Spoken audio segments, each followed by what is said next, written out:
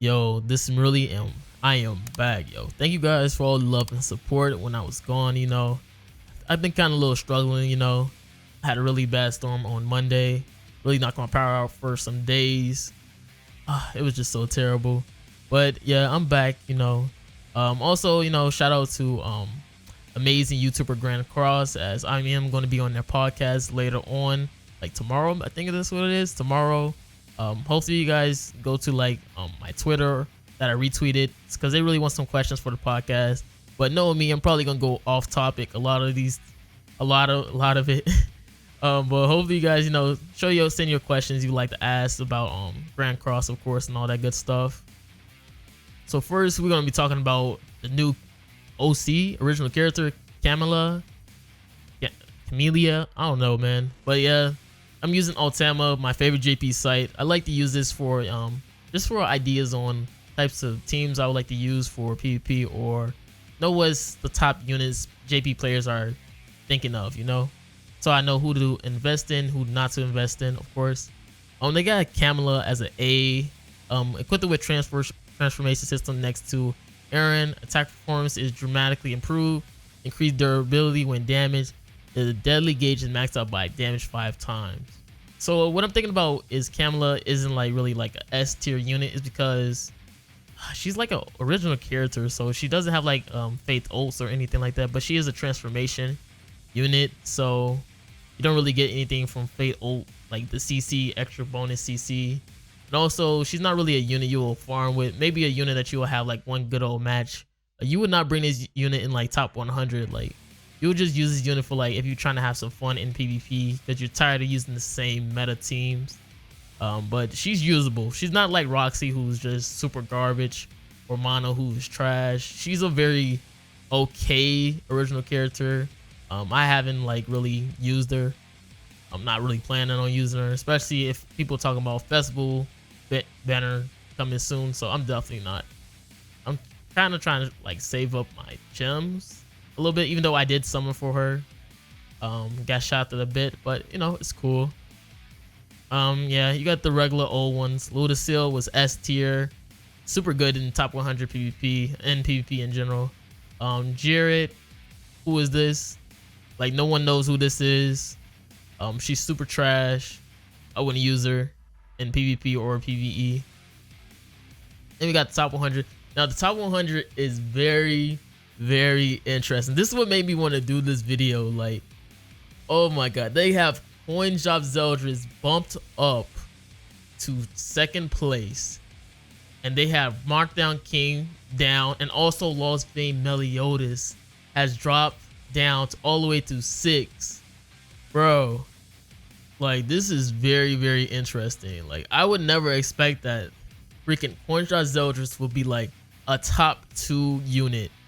Oh my god. I already know what you guys think. Like, why is Coin Drop Zeldris like a top 2 unit? Well, let's look over his stats. I mean, his kit and all that. Look at this, man. Look at this, man.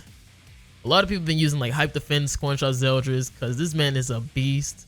Let's look at his kit. He can remove gauge, 120% on bronze and 300% on a silver, with a 450%, and depletes 3 ultimate gauge orbs on a gold. Bro, this is our super high multiplier. This is what I'd be talking about. Like, a unit should be super good with high multipliers. That's why I think like units with high multipliers are super good. That's just 300 all the way from silver, bro. You can like knock down so many shields while being Hype Defense. Oh my god. And also this amazing passive. Increase basic stats of all allies by 6% for every ally and enemy in battle possessing a commandment. So what that means is if you have 4 units in general, like they all commandments, then you will get 24%. 24%, that's the max, 24%.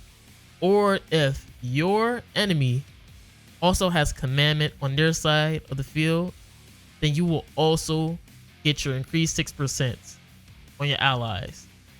Bro, this is super disgusting. Like, this unit just makes a lot of units more tankier, do a lot more damage. This is why he's able to break so many people's shields pretty easy, which is why he is ranked 2 And it also is good for PvE because of this simple passive, which works for PvE as well.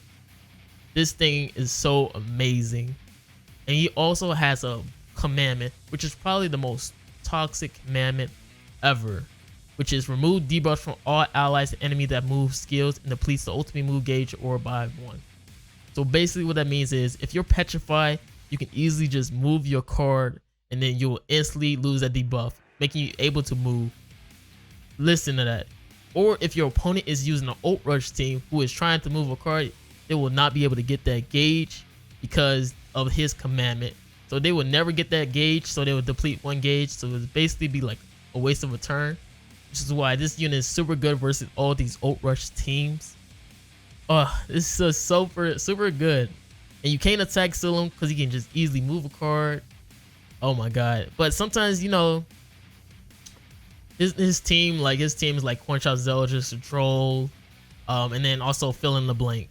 But also maybe Marilli in the back, just in case they want to ult quickly. So basically you just want to keep using up your cards each time, so you'll be able to get it up your ult. You can't be able to move up your cards to gain gauge. You can obviously get gauge from merging, but you don't get gauge from like moving your cards, which people love to do in PvP with using ult rush.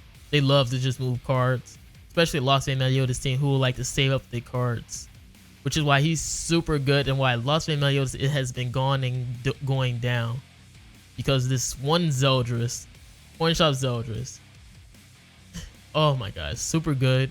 And look at his base stats, 4,500. This is pretty good base stats, to be honest. You got Green Easton who has like 3,800, 3,800.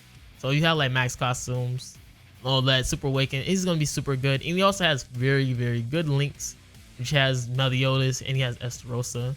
I'm pretty sure a lot of people will try to go for Meliodas for the attack to get like more CC, but you can also do Estarossa, of course, if you like, or just a random subunit. And he also has Disable Recovery. Oh my god, how can I forget this? This is why he's so good with Cornshot, Zeldris, and Droll. Because you know Droll gives you like the ult seal, what's it called, debuff. And a lot of people be like, yo, can't you just use like a king? Can't you just use like a king to like remove it? This is why you can't. And he also has this commandment, so you can't like petrify him to stop him from just hitting your king with this Disable Recovery, which is why he is super good. He is a unit like I wish I had a max, honestly. I wish I had a max. He is super good. And also they buffed it so you can Disable Recovery for 2 turns on the silver. So your king cleanse will be out of there for 2 turns. You're basically just gonna be holding onto a freaking king card. It's not like you can just move your cards to build an ult. You have to use that card. So this really like messes up a lot of people, because they be like, oh, should I keep this cleanse card or should I just get rid of it? Like I might need this like for a heal or something next turn, in case he doesn't have another Disable Recovery. And this still really messes people up. But you know, you can also like benefit from this man's commandment as well, because you can also have like he might hit you with a Disable Recovery, and you can just remove the debuff by just moving your king card and then cleansing, which is why this team super relies on RNG most of the time. But you also have Droll, will also have Detonation, which if you have like 4 or 5 gauge on your king, Troll is hitting you with 60k. Troll is hitting you with 60k on freaking bronzes and stuff. Like if you have Detonation, I mean, like if you have 4 or 5 gauge or something like that, or 3, he's hitting you like 40k or 60k pretty easily, especially using an ult rush team, which is why he's super good. And a lot of people just go for people king and just kill him off instantly, so they won't have that chance of cleansing ever. So if you face a good commandments team, they're gonna go for your king 100% of the time. So don't think like, yo, I can just do that trick where I just remove the debuff just to cleanse. They will just go straight for your king and kill him off. And he also got his ultimate, which inflicts spike damage equal to 560%, and on max is 840%, which if he crits, it's gonna kill you instantly. And if he doesn't crit you, it's still gonna do a lot of damage. Like I'm pretty sure I seen like Zeldris hit like my red Coulter for like 100 something damage or 140 what it was with a max ult, because he got that commandment. I mean his passive, which he increases base stats. If you using Droll with him, that's 12% of your base stats like getting boosted. So he does a lot of damage either way, which is super fun, to be honest. So let's go back into the rankings. Why do I think that Meliodas has been dropping down? It's because of the coin shop Zeldris, the blue Lilias. Like a lot of people just been running anti LV teams. If I'm saying like correctly, like you have the Red Gotha Zeldris Lilia team, which super counters Lost Vein Meliodas. I hate that team. It's super counters. It's super stally as well. And with Coinshot Zeldris, I have to use the Lost Vein Meliodas attack card to be able to get gauge, unless I magically be able to merge to get 1 gauge. But I still going to be having to use a card, since I won't get the gauge from moving a card. So it gets a little bit tricky using him. His team rely on RNG most of the time, Coinshot Zeldris, but if you're facing a good Coinshot Zeldris team, it would feel like RNG doesn't really matter, to be honest. Lost Vein Meliodas, he's super good as well, which is why he's still a top 10 unit. He does a lot of good damage for this guild boss. Super good. But he been getting counter a lot lately in PvP. You also got Goddess Elizabeth there. A lot of people just run Red Gotha with Goddess Elizabeth to also stop Lost Vein Meliodas. Merlin is top 3 because everyone runs Ult Rush. Everyone runs it. I would say for PvE people run it, but I don't think so. But because she's like the only unit that has the unique passive gain and a gauge, she's going to be used versatily everywhere, like virtually everywhere. Estarossa 8th place. Estarossa is good for PvE, super good for PvE. I'm pretty sure on low tier you might get off Estarossa. Red Dairy still pretty good. Once you face that 1 guild boss, she's still a pretty good nuker. King been dropping down because of Coinshot Zeldris. I guess that's basically what they use for PvP. PvE, I don't think people really rely on King really that much. A lot of people probably just go with more of nukers and all that, which is why he probably getting less and less used for PvE content. And you have Escanor. He's 10th place. I feel like he's just a fill-in spot, to be honest. I have never seen a Escanor that much in a while, to be honest.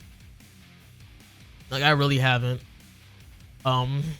Here's the other SSS units. As you can see, got S, which is why I say he's like a fill-in spot, because some people really like him for PvE and PvP, but I really don't be seeing him that much in PvP.